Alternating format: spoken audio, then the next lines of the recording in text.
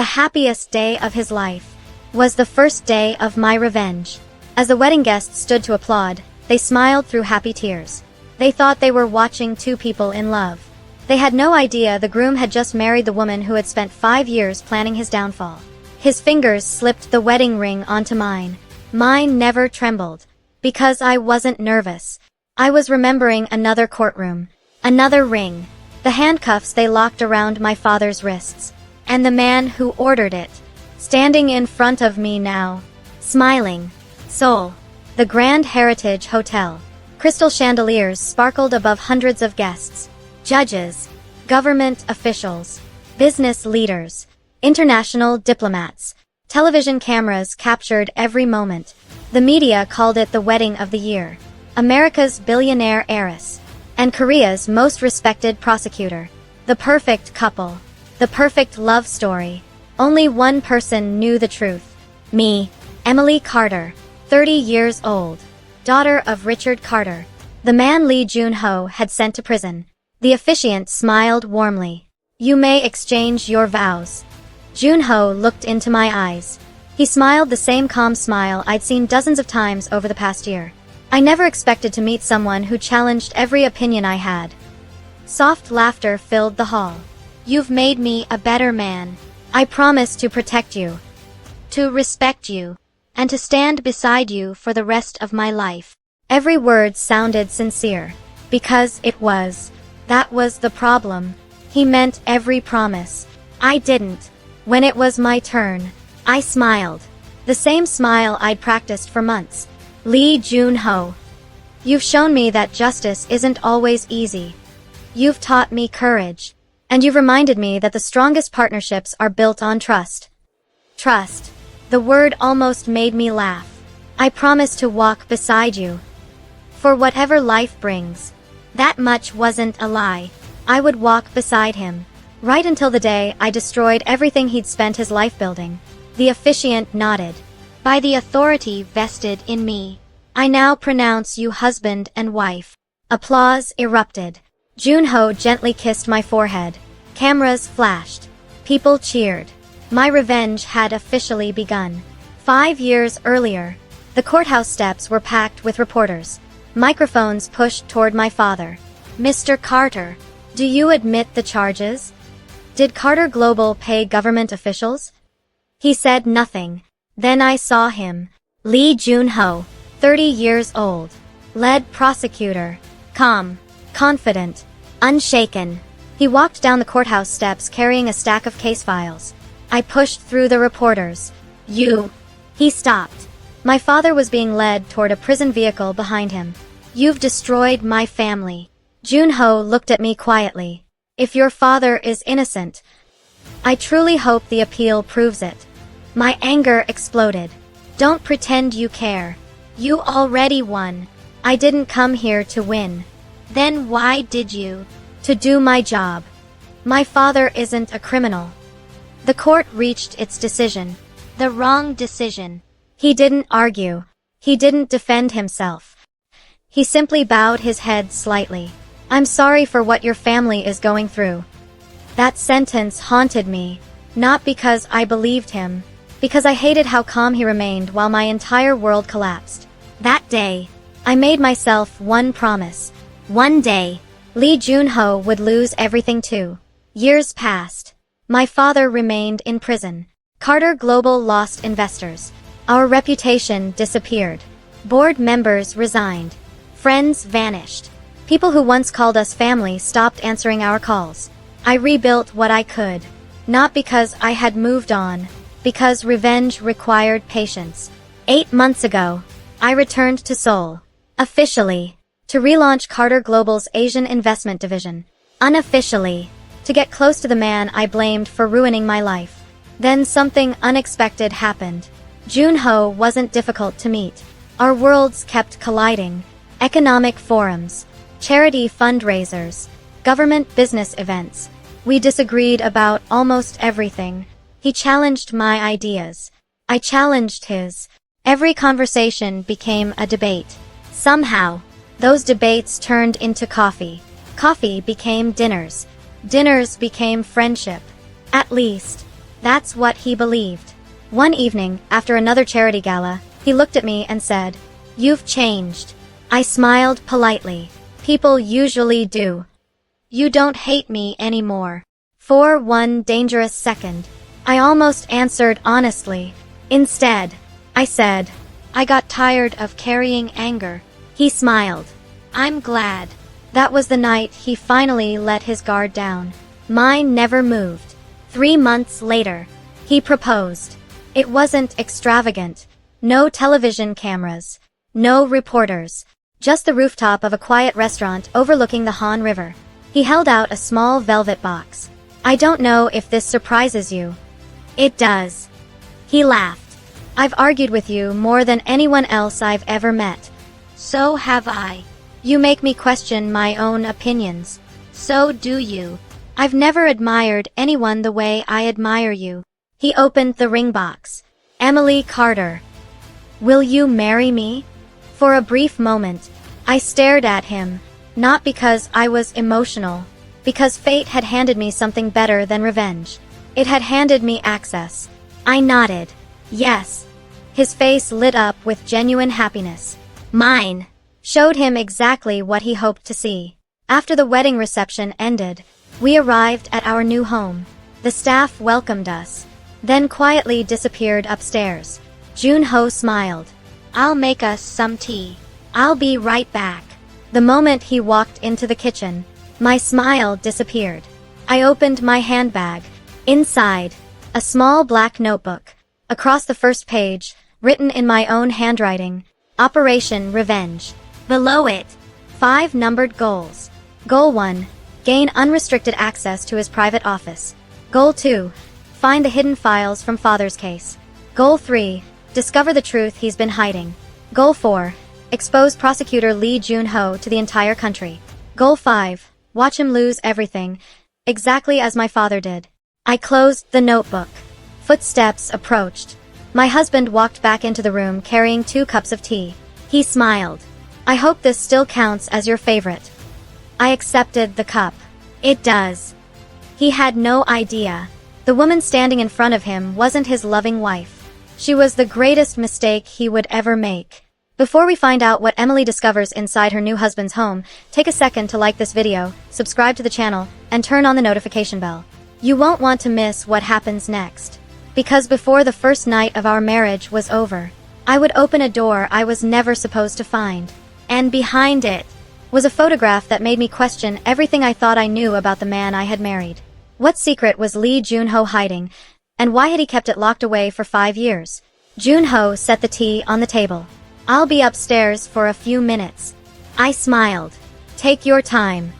The moment he disappeared, I moved. Fast. I wasn't searching the house. I already knew where I wanted to go. His private office. The only room he'd never invited me into while we were dating. Not because he was hiding something. Because, according to him, work belongs at work. I reached the door. Locked. I pulled a small lock-picking tool from my handbag. 5 years of planning had taught me one thing. Never depend on luck. 30 seconds later, the lock clicked. I slipped inside and quietly closed the door. The room was surprisingly ordinary. Bookshelves. Legal textbooks. Case files. A desk so organized it almost looked untouched. No hidden safes. No expensive artwork. No signs of corruption. "This can't be right," I whispered. I opened the first drawer. Nothing. Second drawer. Office supplies. Third drawer. Family photographs. I stopped. One photo caught my attention. It wasn't of Jun-ho. It was my father, Richard Carter, standing beside Jun-ho. Both of them were smiling. The photograph was dated 3 months before my father's arrest. I stared at it. No. My father had never mentioned knowing him. Why would they have taken a picture together? I turned it over. Written on the back were 6 words. "Thank you for your honesty, Richard." Honesty? My father. With Jun-ho? None of it made sense. A floorboard creaked upstairs. I quickly returned the photograph and closed the drawer. Just as I reached the door, my eyes landed on a locked cabinet.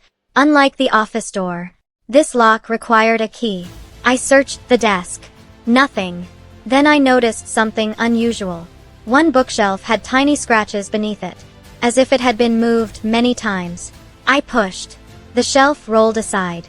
Behind it, a small wall safe. My heartbeat quickened. This is it.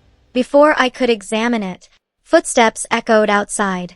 I pushed the shelf back into place just as the office door opened. Jun-ho stood there, holding 2 fresh cups of tea. For one terrifying second, neither of us spoke. He looked around the room, then at me. I thought you were in the living room. I forced a smile. I got lost. He looked at me for another second, then smiled. Our house is bigger than your apartment. I suppose that's possible. Was he convinced? I couldn't tell. Instead of questioning me, he handed me the tea. Come. I want to show you something. He led me onto the back terrace. The Han River shimmered beneath the evening lights. It's beautiful, I admitted. It was my mother's favorite view. I turned toward him. You've never spoken about your family. He rested his hands on the railing. My mother died when I was 22. I'm sorry. My father raised me after that. And your father? He retired last year. There was sadness in his voice. Real sadness. Not rehearsed. Not calculated. For a moment, I almost forgot why I was there. Then my father's face flashed through my mind. No, I couldn't lose focus. The next morning, Jun-ho left early for court. I'll be home late. I have several hearings. I'll wait. He smiled. You don't have to. I know. After he drove away, I called the one person who had helped me plan this for years. Rachel, my college roommate, now a cybersecurity expert in New York. She answered immediately. So, how's married life? I found something. What? A photograph. My father and Jun-ho together. Silence. Then, what? They knew each other. Before the trial? Yes. Rachel spoke slowly. Emily. That's impossible. I know. You need that photograph. I couldn't take it. Go back. I will. But that's not all. I told her about the hidden safe. Rachel became quiet. Forget the desk. The safe is what matters. You think the original case files are inside? I'd bet my career. 3 days later, opportunity arrived. Jun-ho received an emergency phone call during dinner. I have to leave. A witness has disappeared. He grabbed his coat. I'll be back before midnight. The front door closed. I counted to 60. Then I returned to his office. This time, I brought a portable fingerprint scanner. I'd copied Jun-ho's fingerprint from a wine glass after our wedding reception. The scanner beeped. Access denied. What? I tried again. Denied. I frowned. So you changed the security. He wasn't careless. He had anticipated someone trying to enter. But why? Just then, my phone vibrated. Rachel, I've been digging into your father's old case. What did you find? The lead investigator wasn't Jun-ho. What? He was only assigned 6 months before the trial. Who led it before him? I don't know. The records have been erased. Erased. Someone deleted every official document connected to the original investigation. I felt a chill. Can records just disappear? Not legally. Someone powerful wanted history rewritten. The front gate alarm suddenly chimed. A car was pulling into the driveway. My heart raced. Jun-ho was home. Too early. I barely had time to put everything back before the front door opened. His footsteps echoed through the house. I slipped out of the office just as he entered the hallway. He looked surprised. I thought you'd be asleep. I couldn't. He smiled. I brought your favorite cheesecake. I stared at the box in his hand. He had left in the middle of a difficult investigation, and still remembered my favorite dessert. For a second, guilt crept into my chest. I crushed it immediately. This man had destroyed my family. Kindness changed nothing. Or so I kept telling myself. The following afternoon, I visited my father in prison. He smiled the moment he saw me. You look happy. It's an act. I know. He noticed the wedding ring. So, you married him? Yes. He sighed deeply. I hoped you wouldn't. You don't get to decide that. I know. I just don't want hatred to become your whole life. I didn't come here for advice. I leaned forward. I came for answers. His smile disappeared. Did you know Lee Jun-ho before your trial? His eyes widened. Only for a moment. But I saw it. You've got the wrong idea. Answer me. He looked down at his hands. Then quietly said, Emily. There are some truths that protect the people we love. A guard announced visiting time was over. As my father stood to leave, he turned back one last time. Whatever you think you know about Lee Jun-ho, you're asking the wrong question. He walked away. I sat frozen. If Jun-ho wasn't the beginning of this story, then who was? And why did everyone seem determined to protect the same secret? My father's words followed me all the way home. You're asking the wrong question. If Lee Jun-ho wasn't the reason my father went to prison, then who was? For the first time since this began, I stopped asking, why did Jun-ho do it? And started asking, who wanted me to blame him? The next morning, I walked into Jun-ho's office with breakfast. He looked surprised. You made this. I can cook. I never doubted that. He smiled. What brought this on? I thought you deserved a good morning. He thanked me and took a bite. While he ate, I quietly watched his laptop. No password. He trusted his own office. Or, he trusted me. As he stood to answer a phone call, he left the room. I immediately slid into his chair. His inbox was open. I searched one word. Richard Carter. Only 3 emails appeared. Not hundreds. 3. The oldest one was dated 1 week before my father's arrest. Subject: meeting confirmed. I opened it. Richard, thank you for agreeing to cooperate. I know this decision puts your family at risk. I'll do everything legally possible to protect your identity. Lee Jun-ho. Cooperate. Protect his identity. My hands froze. My father had willingly met him before the arrest. That wasn't possible. Unless my father wasn't hiding from Jun-ho. He was helping him. Footsteps echoed outside. I quickly closed the email and stood. Jun-ho walked back in. Sorry. The court never stops calling. I smiled. It's all right. I left the office, but my mind stayed behind. That afternoon, I secretly met Rachel. She had flown in from New York. The moment she sat down, I handed her everything I'd written. The photograph. The email. My father's strange warning. She read every page twice. Finally, she looked up. Emily. I think your father was an informant. I stared at her. No. He couldn't have been. Think about it. He met Jun-ho. He thanked him. He agreed to cooperate. And Jun-ho promised to protect him. It fits. I shook my head. If that's true, then why did he go to prison? Rachel didn't answer. Because she couldn't. Neither of us understood. That evening, I returned home. Jun-ho was already there, cooking dinner. He looked over his shoulder. Perfect timing. You actually cook? I'm Korean, and I like eating. I couldn't help smiling. During dinner, neither of us mentioned work. For once, we spoke like a normal married couple. Movies, travel, food. He laughed more than I expected. He wasn't cold. He wasn't arrogant. He wasn't the monster I'd imagined for 5 years. That made everything harder. Later that night, I woke up thirsty. As I walked downstairs, I heard voices. Jun-ho was in his office. The door wasn't fully closed. Someone was on speakerphone. I won't hand it over. A man's voice answered. You don't have a choice. I made him a promise. You've already kept it long enough. If she finds out now, she'll hate everyone involved. My heart pounded. Were they talking about me? Jun-ho replied quietly. I'd rather she hate me than lose her father forever.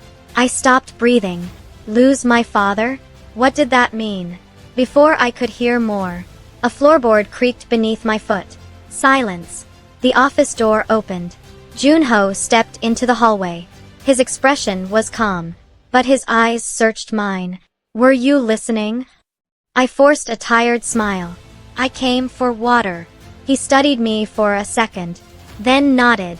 Don't stay up too late. He returned to his office. I walked away, but I wasn't fooled. He knew. He knew I'd heard something. The next morning, Rachel called. I found the original lead investigator. You did. He retired 4 years ago. Where is he? Busan. I'm sending you the address. I left immediately. The retired investigator lived in a quiet neighborhood overlooking the sea. He answered the door himself. Gray hair. Tired eyes. Mr. Han. Yes. I'm Emily Carter. The color drained from his face. You shouldn't be here. I just need answers. I have none. You investigated my father before Jun-ho. I said I have none. He started closing the door. I blocked it. Please. My whole life has been built on one lie. He looked at me for a long moment, then quietly invited me inside. His living room walls were covered with retirement photographs, police medals, awards, certificates. He sat down heavily. I've waited years for someone to ask. My heartbeat quickened. My father. Was he guilty? Mr. Han looked directly into my eyes. No. Everything inside me stopped. What? He accepted prison. To protect someone else. I couldn't speak. Protect who? Before he could answer, his phone rang. He frowned. I don't recognize this number. He answered anyway. He listened for only 5 seconds. Then his face turned pale. They found me. What? He looked at me. Run. The front window exploded. Glass flew across the room. A masked man jumped inside. Then another. Mr. Han shoved me toward the back door. Go. I ran. Footsteps thundered behind me. I reached my car. Just as I grabbed the handle, a black SUV blocked the driveway. 3 men stepped out. One pointed directly at me. There she is. I turned to run. Then a familiar black sedan screeched around the corner. Jun-ho. He jumped out before the car stopped. Emily. He grabbed my arm. We have to leave. What are you doing here? No time. The masked men charged toward us. Jun-ho pushed me into the passenger seat. The engine roared to life. As we sped away, I looked back. Mr. Han's house was surrounded, and before it disappeared from view, I saw something that made my blood run cold. One of the masked men wasn't trying to chase us. He was carrying my father's case file. Why would they risk exposing themselves just to recover a file that had supposedly been closed 5 years ago? The black sedan sped onto the highway. Neither of us spoke. My hands were still shaking. Jun-ho kept his eyes on the road. They weren't trying to kill you. I looked at him. How do you know? They had several chances. Then what did they want? You. Silence filled the car. Not to hurt me. To take me. 20 minutes later, he pulled into an underground parking garage beneath an old government building. I frowned. Where are we? A safe house. You have a safe house? I'm a prosecutor. I have several. We stepped inside. Only after every door was locked did he finally turn toward me. You went to see Han. It wasn't a question. You followed me. I protected you. I don't need protection. No. You need answers. That caught me off guard. He walked to a cabinet and removed a thick brown file. He placed it on the table. I promised someone I would never show you this. I looked down. Across the front were the words, confidential, Richard Carter, my father's name. I slowly opened it. Inside was a signed agreement. The date, 1 month before his arrest. I read the first paragraph. My breathing stopped. Richard Carter had volunteered to become a confidential witness against an international crime syndicate. My hands trembled. What is this? The truth. I looked at Jun-ho. My father wasn't the target. No. He was helping us expose people who were buying companies through blackmail, fraud, and political corruption. I stared at him.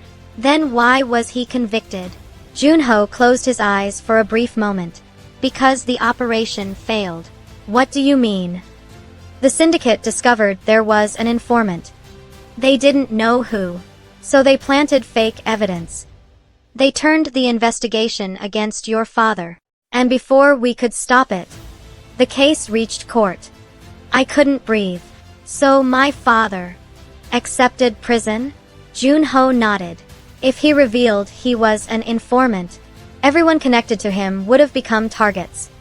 You, your mother, your brother. He chose prison instead. Tears filled my eyes. 5 years. I had hated the wrong man. I looked up. You knew all this. Yes. You let me hate you. Yes. Why? His answer came quietly. Because your father asked me to. I froze. What? He made me promise. He said, if Emily ever learns the truth before the syndicate is destroyed, she'll spend the rest of her life looking over her shoulder. I couldn't speak. I kept my promise. You should have told me. I wanted to. More than once. But every time, the danger returned. Anger hit me all at once. I slammed the file shut. You let me marry you. I loved you. You knew why I got close to you? He nodded once. I suspected. My heart stopped. You knew. The first month. Then why didn't you leave? He smiled sadly. Because every time I looked at you, I saw someone carrying a pain she didn't deserve. I thought, if I stayed close, I could protect you. Tears rolled down my face. I planned to destroy your career. I know. I searched your office. I know. I copied your emails. I know. I stared at him. You knew everything? Almost. Why didn't you stop me? You never found what you were looking for. For the first time, I realized something. He hadn't been hiding evidence from me. He'd been hiding me from the people watching us. A loud alarm suddenly echoed through the building. Red lights began flashing. Jun-ho's phone rang. He answered immediately. His face changed. What? He ended the call. They found us. My heart dropped. How? I don't know. A second later, the building shook. An explosion echoed from above. Dust fell from the ceiling. They're inside. He grabbed the confidential file. Stay behind me. We ran toward the emergency exit. Voices echoed through the stairwell. They're on level 2. Don't let them escape. Gunfire erupted somewhere above us. We changed direction. The emergency door burst open. 3 masked men rushed inside. Jun-ho shoved me behind a concrete pillar. Run! I'm not leaving you. Emily! One of the attackers lunged toward us. Jun-ho blocked him. The second man reached for the file. I grabbed a fire extinguisher and swung it with everything I had. The attacker crashed into the wall. The file slid across the floor. A third masked man picked it up. No! He sprinted toward the exit. Without thinking, I chased him. He reached the parking garage. Just as he was about to jump into a waiting van, a voice shouted from behind him. Drop it! It was David. My father had sent him. David tackled the masked man. The file flew into the air. I caught it. The masked man escaped into the van before police vehicles stormed into the garage. Within seconds, he was gone. An hour later, we sat inside the safe house. No one spoke. David finally broke the silence. They're desperate. Jun-ho nodded. They know we're close. David looked at me. It's time. I frowned. Time for what? He reached into his jacket, pulled out a small flash drive. I've kept this hidden for 5 years. What is it? The evidence your father risked everything to protect. I stared at the tiny drive in his hand. If this proves his innocence, why didn't you give it to the police years ago? David's face hardened. Because the police weren't the problem. They were infiltrated. The room fell silent. Then he said 7 words that changed everything. The syndicate's leader is inside the prosecution office. Every instinct told me to look at Jun-ho. I didn't. Because for the first time, I knew he was no longer the man I should be questioning. If the mastermind was someone inside the prosecution office, who had been controlling the case from the very beginning, and how high did the conspiracy really reach? No one spoke. The flash drive sat on the table. 5 years of lies, hatred, and revenge had all led to something that fit in the palm of David's hand. Jun-ho looked at him. Can you prove it's authentic? David nodded. I made 3 copies. This is the last one.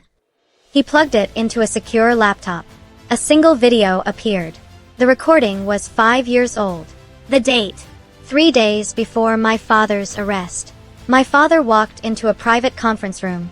Across the table sat 3 powerful men, government officials, corporate executives, and one familiar face, Deputy Chief Prosecutor Choi Sung-hwan, Jun-ho's former superior, the man who had supervised my father's case. Choi smiled. Mr. Carter, you've become a problem. My father remained calm. I won't help you steal another company. Choi laughed. You won't have a choice. I already made one. He slid a folder across the table. If anything happens to me, copies of your financial records will reach international authorities. The smiles disappeared. One executive whispered, "Kill him." Choi raised a hand. No. A dead witness becomes a martyr. He leaned forward. We'll make him the criminal instead. The screen went black. The room fell silent. I couldn't move. Jun-ho closed the laptop. That's the evidence we've been searching for. David nodded. My father recorded that meeting before he agreed to become an informant. So why didn't he release it? Because Choi threatened our family. I finally understood. My father hadn't chosen prison because he was weak. He had chosen it to keep us alive. 2 days later, an emergency hearing was called. The courtroom was packed. Journalists, judges, government officials. Every major news network was broadcasting live. Deputy Chief Prosecutor Choi walked in confidently. He still believed he was untouchable. Then the Chief Justice spoke. Play the evidence. The courtroom screens came alive. Everyone watched the recording. Every threat, every confession, every face. When it ended, the courtroom was silent. Choi slowly stood. This video is fabricated. Before anyone could respond, Jun-ho walked forward. I verified the recording with 3 independent forensic laboratories. The audio is genuine. The video is genuine. The financial records match every transaction from the original investigation. One by one, officers surrounded Choi. For the first time in years, his confidence disappeared. As they placed handcuffs around his wrists, he looked directly at Jun-ho. You should have joined us. Jun-ho answered calmly. I became a prosecutor to stop men like you. 3 months later, every charge against my father was officially overturned. The court declared him innocent. The government issued a public apology. Outside the courthouse, my father took his first steps as a free man. Reporters shouted questions from every direction. He ignored them all. Instead, he walked straight toward me. For a moment, neither of us spoke. Then he smiled. I've missed 5 birthdays. I'm not missing another. I hugged him tighter than I ever had before. I'm sorry. He gently pulled back. For what? I hated the wrong person. He looked toward Jun-ho. So did I. I frowned. What? He smiled. I blamed him for not saving me. But he tried. He fought for me until they removed him from the investigation. I looked at Jun-ho. You never told me. You already had enough reasons to hate me. I wasn't going to give you another. 6 months later, life finally felt normal. Carter Global reopened its Asian headquarters.